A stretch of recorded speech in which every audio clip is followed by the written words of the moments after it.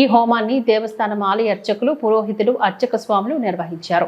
దేశంలో కొనసాగుతున్న ప్రకృతి వైపరీత్యం వల్ల జరుగు నష్టాల నుంచి విముక్తి కలిగి ప్రజలకు శాంతి చేకూరాలని ఈ హోమం యొక్క సంకల్పమని వేద పండితులు తెలియజేశారు.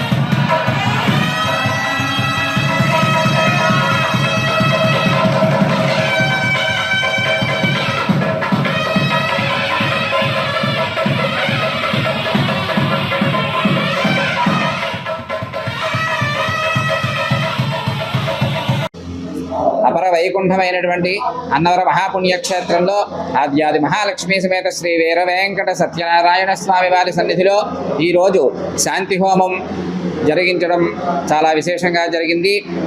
ఈ శాంతి హోమం లోక కళ్యాణార్థం, భక్తజన సంరక్షణార్థం, అపరాధ నివారణార్థం ఈ శాంతి హోమాన్ని ఇక్కడ నిర్వహించడం జరిగింది. దీని ఫలితంగా దేశ ప్రజలందరూ కూడా సుఖ సౌఖ్యాలతో ఉండాలని, పాడి పంటలతో వృద్ధి చెందుతూ ఉండాలని, మనకి తెలియకుండా జరిగినటువంటి అపరాధాలన్నింటినీ కూడా క్షమించమని ఆ స్వామివారిని వేడుకోవడమే.